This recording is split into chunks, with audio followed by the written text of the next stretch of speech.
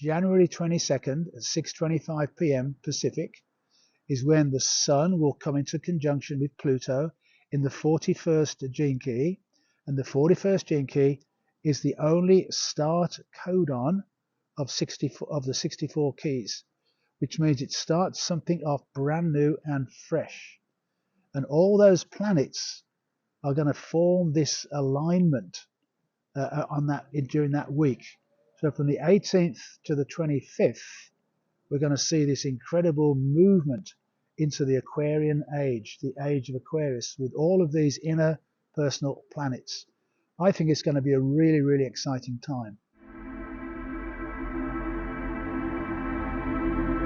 Hi everyone, Happy New Year to you all. Shambles to Shambhala, entering into the new year of 2026. We are doing a bit of landscape for zodiac work at the moment, and we are right on the edge between Scorpio behind me, where you see the ocean, and Sagittarius ahead of me, heading into the fire sign of Sagittarius from the water sign of Scorpio, which has just reminded me that this new year is a shift, big shift, going from the earth and water energy of the feminine, of that more emotional connection.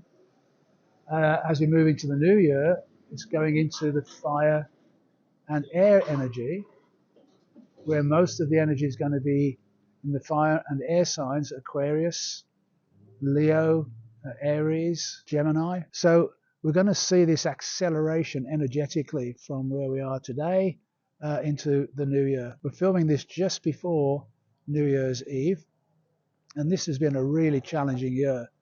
And it's been a challenging year for the planets as well as for us, because all the outer planets have gone forward, gone into a new sign, gone retrograde, gone forward again. So it's been very, very confusing and challenging. But the whole purpose has been to eke out all of this stuff that was buried within us to set us free for this new earth energy coming in.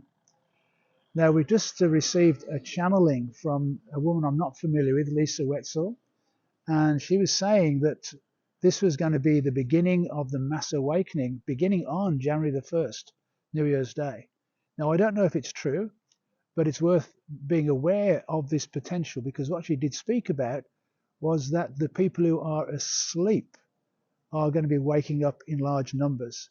So we are already awake, and you are already awake, so we've been expecting and anticipating this for some time. But her focus was on those who are going to suddenly have this sudden awakening moment.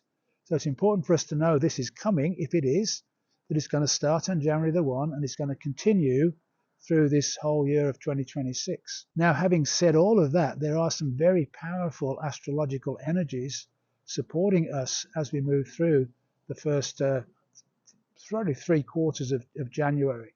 So I'll just give you a little bit of background on that. So to begin with, on January the 3rd, we have this very powerful full moon. The full moon is going to be at 13 degrees of Cancer, and Sirius, the star system, is at 14 degrees of Cancer. So the moon is going to be conjunct Sirius, Sirius bringing the galactic energies into play. So this is our connection to the beyond, to the universal frequencies coming in. And then within a few hours of that full moon, the moon is going to move on and conjunct with Jupiter. So this brings in a strong extra energy of expansion and wisdom. And the moon in Cancer is at home, so it's about our self-nurturing, our nourishing of family, of our home, of our inner child being supported. At the same time, we've got this stellium of planets in Capricorn. We've got the Sun, Venus, Mars, and Mercury all moving through Capricorn. And those together are creating this forward impulse to take us on the next level.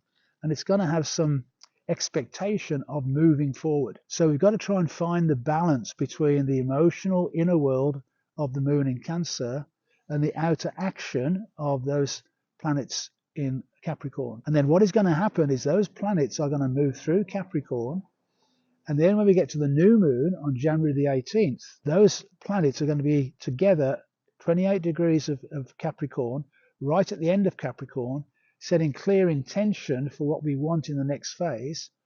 And then within a few days, all of those planets are going to move into Aquarius.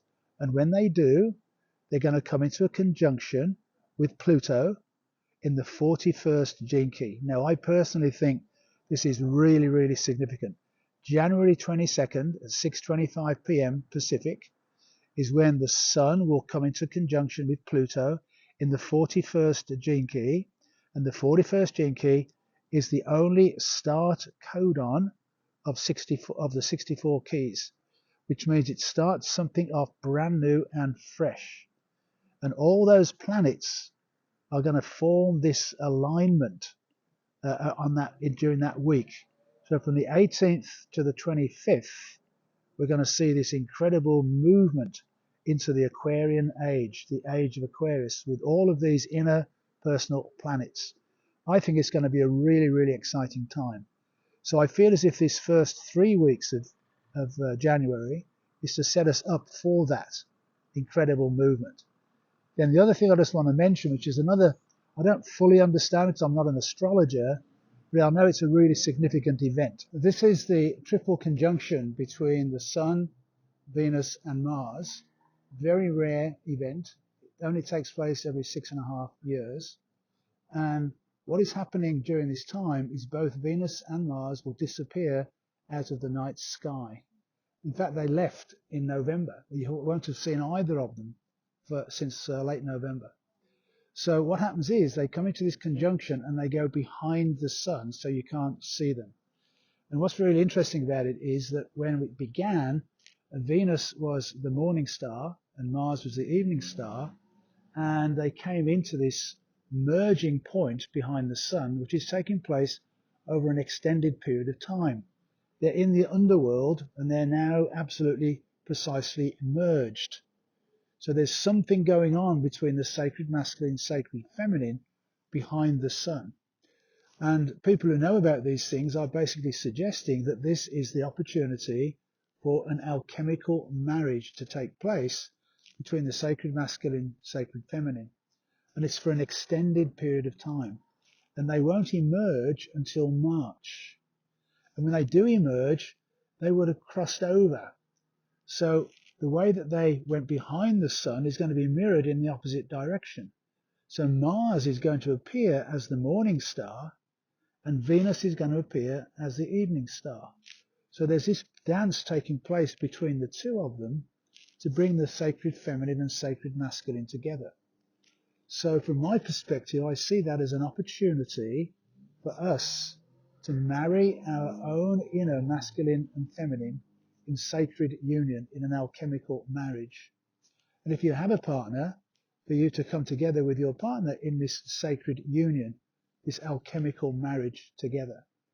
So this seems to be a really, really special time, and it's going to be taking place through this whole period in January, before they re-emerge, not until March. So I feel as if there's a lot of exciting inner energy and outer energy supporting us as we move forward at this time. I'm seeing this first 3 weeks of January has been a really wonderful setting the tone for the new Earth energy coming in. It's a tipping point as we clear out all of the old energy and move into the new.